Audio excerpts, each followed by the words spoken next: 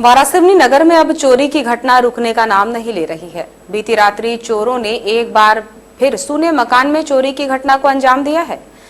थाना क्षेत्र अंतर्गत वार्ड क्रमांक 1 हिमाचल नगर में निवासरत विधायक प्रतिनिधि जसवंत पटले के सूने मकान में अज्ञात चोरों ने घटना को अंजाम दिया है।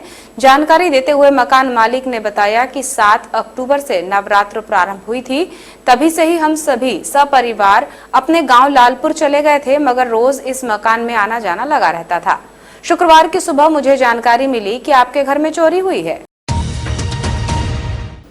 जसवंत पटले ने बताया कि शुक्रवार की सुबह मुझे पड़ोसी का कॉल आया और उसने कहा कि आपके घर के ऊपर का कमरा खुला हुआ है, जिसके बाद मैंने वहां निवासरत अपनी भांजी को घर भेजा, जहां उसने बताया कि मामा पूरे कमरे की अलमारी खुली हुई है और पूरा सामान बिखरा हुआ है। जिसके बाद मैं तुरंत ही अपने गांव लालपुर से वारासिवनी आया और घर के अंदर गया, सामान देखा। उन्होंने बताया कि चोरों ने अलमारी को तोड़कर उसमें रखे एक जोड़ा चांदी के हाथ के कड़े, एक जोड़ी चांदी की पायल, एक जोड़ी सोने की अंगूठी, एक जोड़ी सोने के टॉप्स और लगभग 3 लाख रुपए नगद सहित लगभग 6 लाख रुपए की चोरी कर घटना को अंजाम दिया है। वहीं चोरों ने ऊपर से अंदर प्रवेश कर बाहर लगे सीसीटीवी कैमरे को भी बंद कर दिया था। जिसके बाद मैंने इसकी जानकारी अपने पड़ोसी और पुलिस को दी। जानकारी के अनुसार चोरों ने बड़े ही शातिर तरीके से घर के अंदर प्रवेश किया। पहले तो चोरों ने बाहर से रैकी की, फिर दीवार में चढ़कर मकान के दूसरे फ्लोर में प्रवेश कर पूरे कमरे का ताला तोड़कर अलमारी का ताला तोड़ा और नकदी और जेवरात पर हाथ साफ कर दिया और आसानी से घटना को अंजाम देने के बाद वहां से फरार हो गए।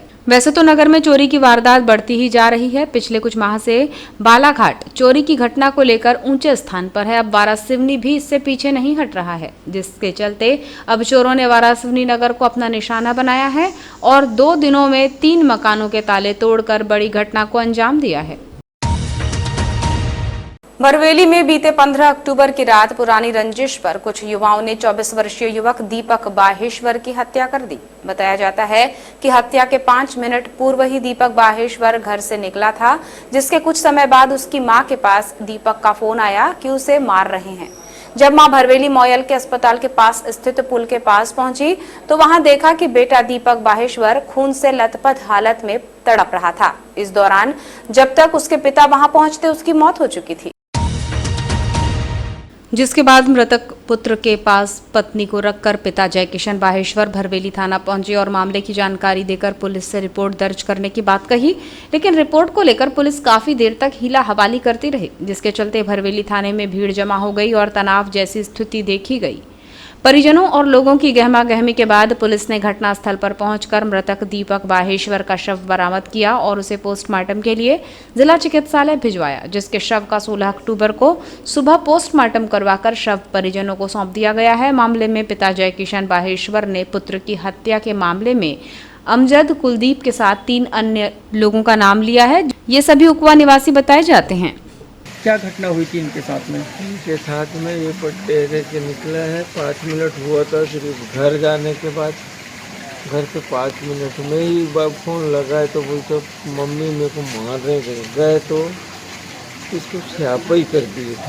और थाने में अपने साथ में क्या धारदार हथियारों से हत्या की गई? हाँ।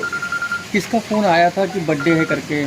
बर्थडे तो सामने में ही था, घर के पास में। अच्छा अच्छा। घर के रूम के रोड पे ही था बर्थडे। कितने लोगों ने हत्या की, ऐसा कुछ जानकारी? एक करीब 5 लोग ने मारे हैं इसको। भरवेली थाने का भी घेराव किया गया था। रात को पुलिस वाले रिपोर्ट दर्ज नहीं कर गए रहे थे तो आने रिपोर्ट मैं तुरंत गया। मेरी मिसेज मेरे बेटे के पास में थी, उनने मैं गया तो रिपोर्ट नहीं लिखे। बोले क्या कारण है क्या है, तो तुम उसका सबूत लाओ, कौन मारने वाला है। तो पहले रिपोर्ट लिखना चाहिए कि सबूत लेना चाहिए। बताया जाता है कि आरोपी आदतन अपराधी हैं, जिन पर पूर्व से ही अपराध दर्ज है। बहरहाल पुरानी रंजिश में युवक की हत्या को लेकर वर्चस्व की लड़ाई से भी जोड़कर देखा जा रहा है। फिलहाल घटना के बाद पुलिस पर मामले में पहले देरी और अब आरोपियों की गिरफ्तारी को लेकर दबाव होने से पुलिस पूरे मामले की जांच में जुट गई है। इधर इस मामले में नगर निरीक्षक अपूर्व भलावी ने कहा कि बीती रात युवक दीपक बाहेश्वर की चाकू या किसी धारदार हथियार से हत्या कर दी गई है। कुछ संदेहियों से पूछताछ जारी है। अभी ये नहीं कहा जा सकता कि घटना पुरानी रंजिश को लेकर है या तत्कालिक कोई और कारण है। पूछताछ जारी है। कार्यवाही में देरी के सवाल पर कहा कि चूंकि प्रथम दृष्टया अस्पताल में शव लाकर मर्ग कायम किया गया है, हालांकि इसकी जानकारी परिजनों को नहीं होने से वो नाराज थे, लेकिन अब उन्हें समझा दिया गया है। कल रात को सूचना मिली थी कि एक दीपक वाहेश्वर नाम का युवक है, बरवेली का रहने वाला, उसकी हत्या कर दी गई है चाकुओं से मार के। इससे प्रथम दृष्टया हमको ऐसी सूचना मिली थी। इसकी तस्दीक करने हम लोग अस्पताल गए और फिर उसका पोस्टमार्टम भी आज सुबह कराया गया है। तो उसको चाकू या किसी धारदार हथियार से मारा गया है। प्राथमिक जांच में क्या कुछ निकल कर आया था सामने? प्राथमिक जांच में परिजनों से जिन जिन पर उनको शक था उनको नाम नोट करवाए गए। संदेहों से हमारी पूछताछ जारी है। उस पर अपराध कायम कर लिया गया है।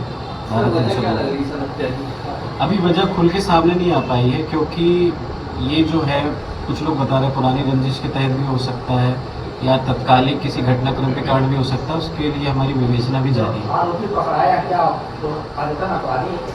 आरोपियों की अभी तस्दीक की जा रही है। अभी हमने किसी का खुलासा करना नहीं चाह रहे हैं, क्योंकि अभी पूछताछ उनसे जारी है।